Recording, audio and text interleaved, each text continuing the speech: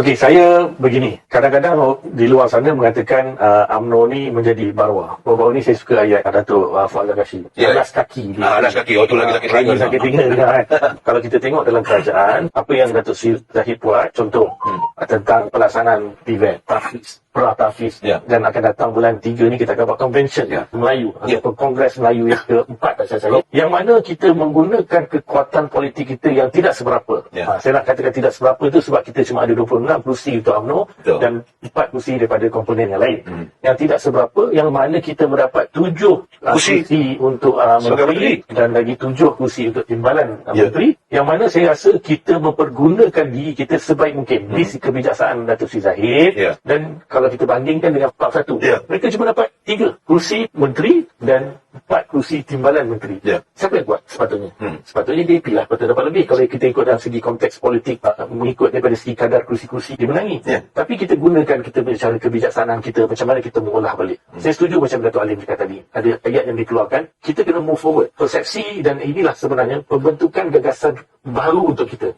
Dulu zaman kita sebelum merdeka, zaman Datuk Sri, macam mana kita lihat perjuangan UMNO ketika itu. Peredaran masa itu berlaku begitu drastik dan begitu radikal. Sekarang rakyat begitu hostile, menghukum kita dengan benda yang kadang-kadang penuh dengan fitnah dan persepsi tanpa memikirkan tentang kebaikan UMNO sebelum itu. So ini sebenarnya menjadikan satu persoalan yang begitu besar kepada kalangan rakyat Malaysia, terutamanya orang-orang Melayu kita. Kenapa mereka menolak kita? Nak mengatakan mereka tidak suka pada kepimpinan, tapi sampai sekarang saya rasa mereka ada rasa lagi cinta, ada rasa lagi inginkan UMNO ini kuat. Kalau kita tengok kenapa di luar sana, kalau kita tengok podcast-podcast yang lain ataupun yang tidak sealiran kita ni, asyik hari-hari bercerita tentang UMNO.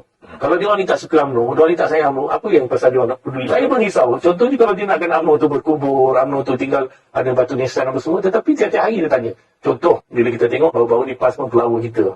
Marilah join. Kalau dia rasa dia seteru politik kita, dia dah lama dah minta, kita tak payahlah. Dia tunggu je PRU ke-16, dia tahu kita berkubur, kubur lah. Kenapa dia nak keluarkan kita balik?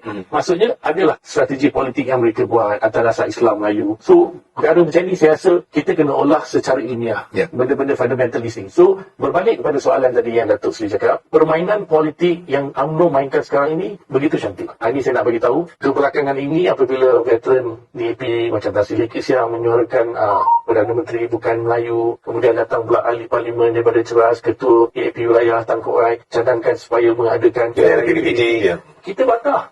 Malah sampai tahap ke pucuk pimpinan Susah Agong. Kita tengok Datuk Ketua Pemuda, yang Menteri Besar, Wan Rusdi. Kita very strong yang kita pertahankan. So, kalau ikutkan kita punya cara, memang itulah sebenarnya yang perlu kita laksanakan sebab dia menyentuh 4 perkara yang kita telah sign dan terbeterai untuk memastikan kerajaan itu tertubuh. Ini benda yang very fundamental. Dan satu lagi saya nak beritahu Datuk Sri, kita kena menunjukkan sifat ketidakmahuan kita ke atas perkara-perkara yang dia buat.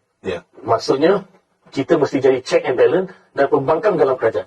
Dan tak salah benda tu. Dan saya rasa benda tu benda yang very straightforward kalau semua pihak memainkan peranan sebagai satu